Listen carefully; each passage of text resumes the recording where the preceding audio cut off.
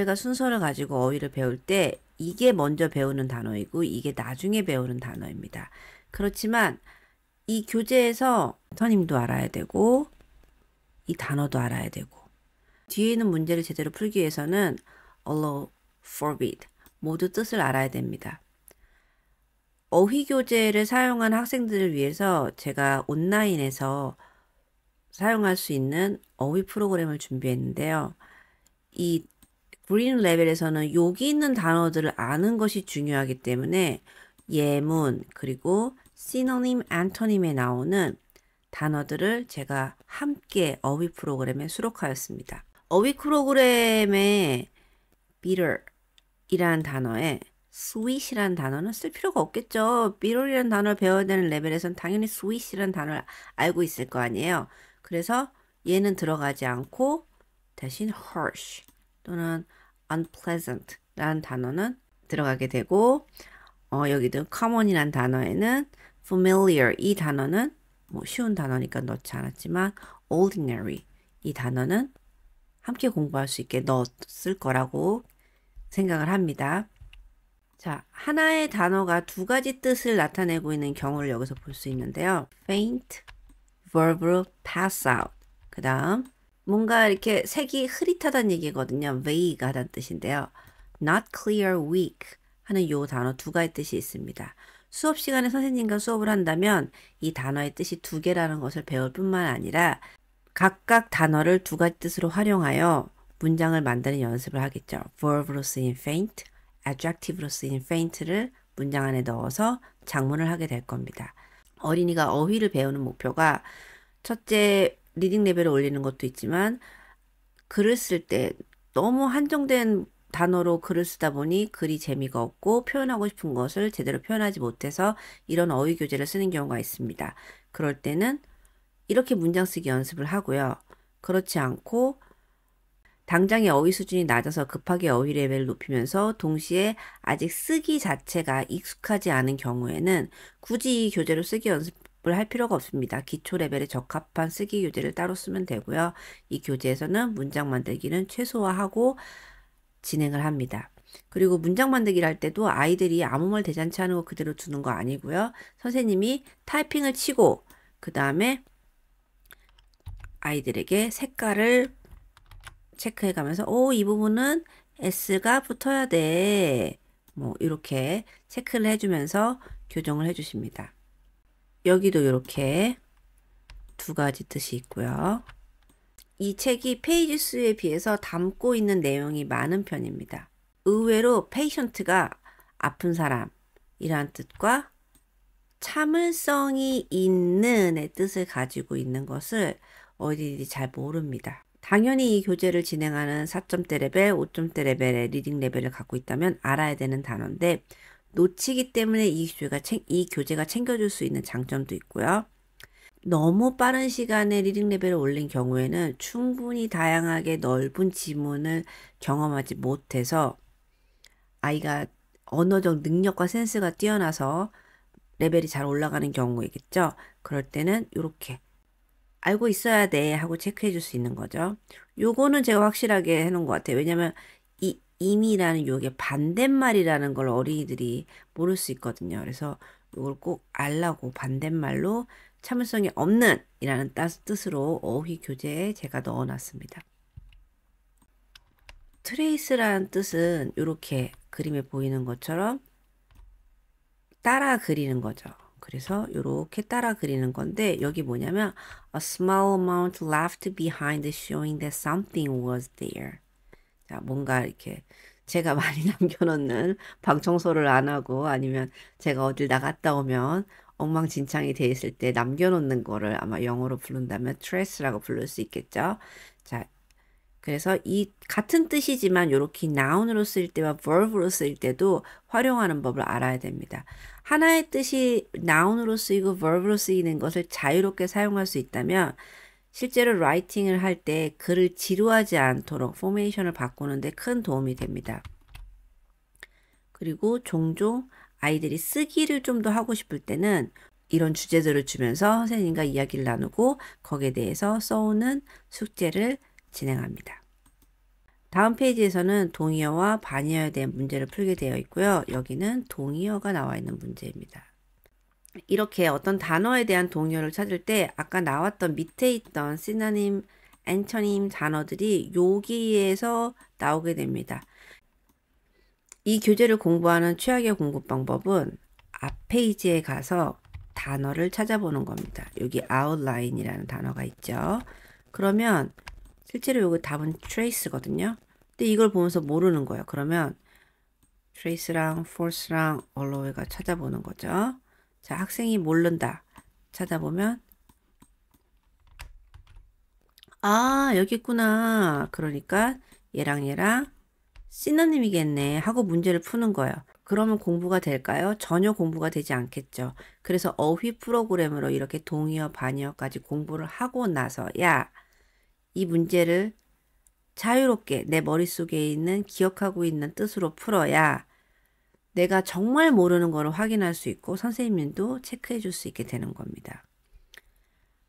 여기 있는 이 단어는 dim은 흐릿하다는 뜻이죠. 아까 faint라는 단어랑 같은 뜻인데 실제로 저기에는 시노님, 엔토님이 나오지 않아요. 그러면 이 단어는 이 교재를 만든 사람은 아, 이 정도 단어를 알고 있는 사람이 이 교재를 써야겠구나 라고 생각을 하겠죠.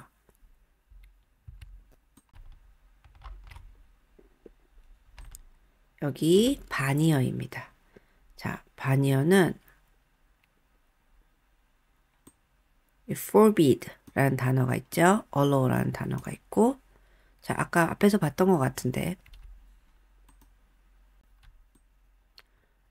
allow라는 단어를 이렇게 뜻만 외우고 아, 이런 뜻이구나 하고 외우면 문제를 풀 수 있을까요? 아니요. 내가 외워야 되는 이 교재의 단어는 allow뿐만 아니라 forbid, prevent까지 모두 배우게 하는 것이 이 교재의 목표입니다. 그렇지 않고서는 이렇게 문제를 내지 않았겠죠. 자, 옆 페이지입니다. Complete the sentence. 자, 이번에 여기서 배웠던 단어들을 가지고 여기 빈칸에 채워놓는 이야기죠. 이것은 그렇게 많이 어려운 난이도를 갖고 있는 문제라고 생각하지 않습니다. 물론 아이들이 이 그림을 보면서 뭔가 어른들이 생각하는 당연한 문맥의 상황들을 이해를 못하는 경우도 있어요. 그렇지만 대부분의 경우에는 그냥 이야기를 만드는 거기 때문에 언어적 센스가 있을수록 쉽게 푸는 영역입니다. 그 다음 페이지입니다. 보라색 책보다 훨씬 많은 문제를 가지고 있습니다. Word association, words with Latin roots, words in context.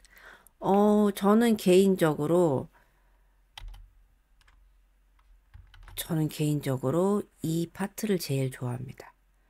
우리도 접두어, 접미사 이런 거 있잖아요. 우리 예전에 꼬리에 꼬리를 묻는 단어장 약간 이런 거 같은 느낌이고요. 좀 어릴 때부터 이런 개념들을 복잡하게는 말고 너무 심각하게는 말고 어휘를 배우면서 살짝 넣어주면 계속적으로 공부를 하는데 약간 시야가 넓어진다고 할까요? 그래서 이 부분을 제가 이 책에서 가장 좋아하는 부분입니다. 여기 부분은 뜻을 가지고 단어를 찾는 아주 기본적인 형태의 문제이고요. 여기는 토플 교재에서도 이런 문제가 많이 나거든요. 이 문맥상에서 어떤 의미를 가지고 있느냐 하는 문제입니다. 그리고 어린이들이 필요에 따라서 이렇게 쓰기 교재를 그리고 어린이들이 필요에 따라서 이렇게 쓰기를 할 수 있는 주제를 활용하여 어휘책이지만 어린이들 수준에 따라서 문장 쓰기와 문단 쓰기도 할 수 있는 책입니다. 이 교재를 사용하는 SR 레벨 5 정도의 어린이들은 영어 유치원이 학습식인 경우라면 대부분 어느 정도 문단 쓰기를 연습한 아이들이기 때문에 새로운 어휘를 배우면서 그 어휘를 활용하여 글을 쓰는 연습을 한다면 향후에 쓰는 글이 계속적으로 지루하지 않고 발달하는데 굉장히 큰 도움이 됩니다. 문제가 충분히 많았던 것 같은데 다시 한번 여기 문제 페이지가 있습니다. Word Study Dictionary Multiple Meaning Words. 자, 다이어에 관한 얘기죠. 앞에서 보라색 책에서도 한 가지 단어가 여러 가지 뜻을 가지고 있는 어휘들을 공부했지만 여기서는 본격적으로 다이어의 개념에 대해서 이렇게 정리를 하여 어린이들에게 도움을 줍니다. 문장을 만드는 페이지 문제도 있습니다. 보라색 책 뒷페이지에 보면 날씬하다, 말랐다, 그런 어감에 따라서 쓰일 수 있는 비슷한 뜻이지만 다른 단어들이 어떻게 쓰이는지 나오는데요. 여기는 음식을 표현할 수 있는 단어들의 묶음입니다. 우리가 어떤 맛을 표현한다고 할 때 맛을 표현할 수 있는 다양한 어휘군을 갖고 있어야 표현을 할 수 있잖아요. 그런 의미에서 어휘를 넓혀지는 영역이라고 할 수 있습니다. 아, 맛있어요. 밋밋한데? 매워. 아, 나 그거 맛없더라. 라는 것도 어떤 이유에서 맛이 없었는지 설명할 수 있어야 좀 더 디테일이 있는 좋은 표현을 할 수 있기 때문이죠. 이제 다시 2단원입니다. 여기 딱 페이지만 봐도 아시겠죠? 첫 번째 나왔던 여우 이야기와는 굉장히 레벨이 다릅니다. 여우 이야기 페이지 가볼까요? 이 교재 보면 그냥 아이들 읽으면 이미 알고 있는 이야기이기도 하고요. 글의 내용이 쉬우면 글이 좀 더 편안하게 느껴지거든요. 그런데 우리 아이들 고속도로만 타면 잠자는 우리 아이들 이 페이지를 보면 이런 공간에 대한 설명을 할 때는 아이들이 상상력의 한계를 부딪히거든요. 그래서 이런 것들을 설명할 때 아이들이 더 어려워하기도 하고요. 개인적으로 저희 화상 수업이, 그러니까 1대1로 발음을 교정해주는 수업이 정말 필요한 것들이 이렇게 연도를 읽는 거를 말할 일이 별로 없거든요. 그래서 어린이들이 그 숫자를 정확하게 말하고 또 들었을 때도 숫자를 정확하게 이해하고 왜냐면 정보성이 있는 이야기를 오고 갈 때는 당연히 숫자가 필요한데 누가 숫자 얘기했는데 언제라고? 이렇게 되면 자, 2단원입니다. 2단원에서는 definition이 있고요. 여기 part of speech 선생님들이 챙겨서 수업합니다. 그리고 이렇게 다이어들 설명이 되어 있고요. synonym, antonym, completing the sentence, word association, 그냥 단어 뜻 찾는 거예요. words in Latin roots, 우리 얘기하는 접미사, 접두사 나오는 제가 좋아하는 부분이라 했고요.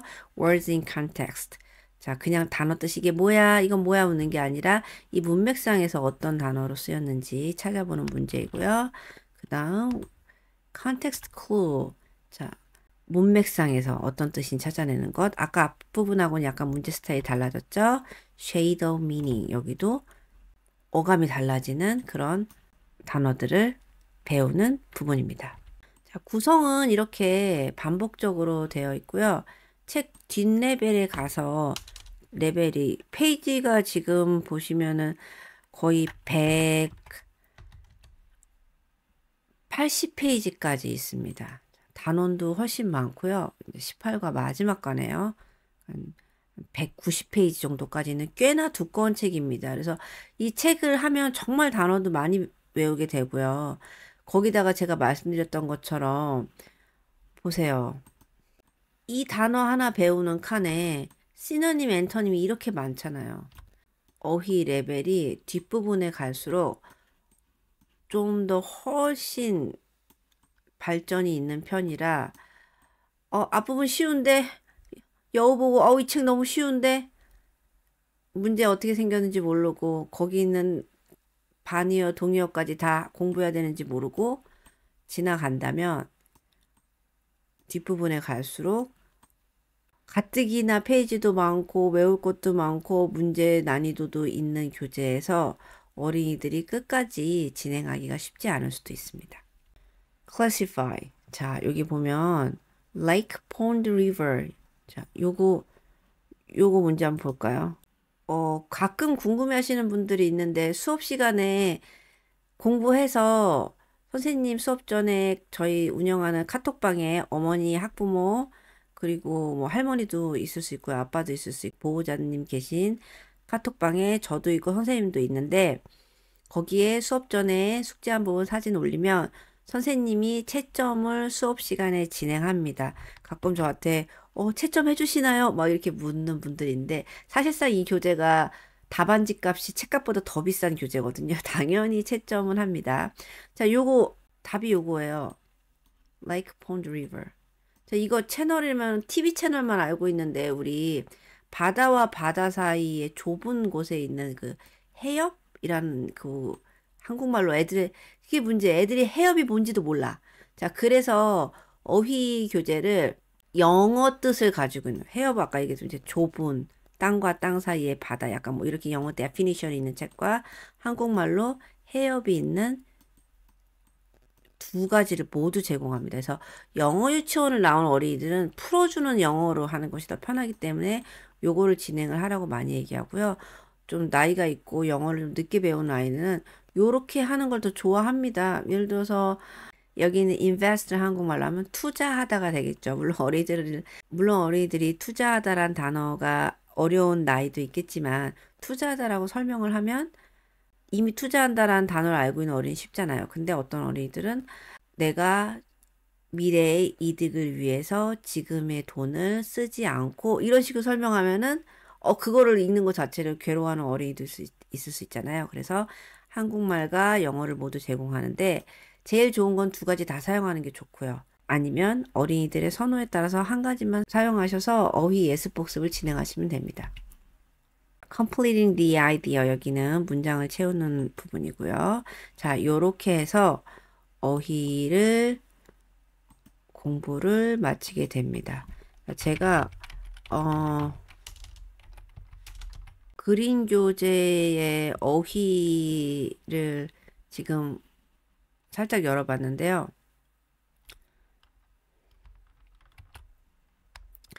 첫날 예습해와야 되는 범위가 이렇습니다.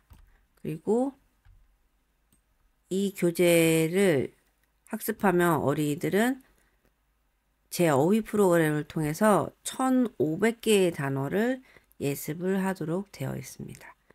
그래서 이렇게 실제로 아까 보시면 여기 보시면 여기 있는 게 월드 리스트거든요. 여기 배우는 한 단원에 10개씩 나오는 거죠.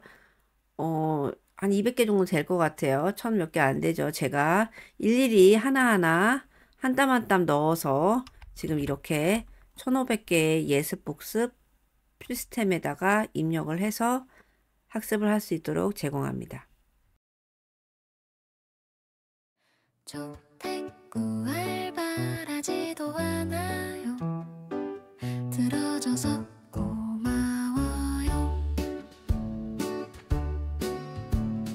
유튜브 편집 역시 난관, 거북목은 기본 설정. 그래도 할 수 있어서 즐거워요. 계속 좋은 이야기를 나누고 싶어요.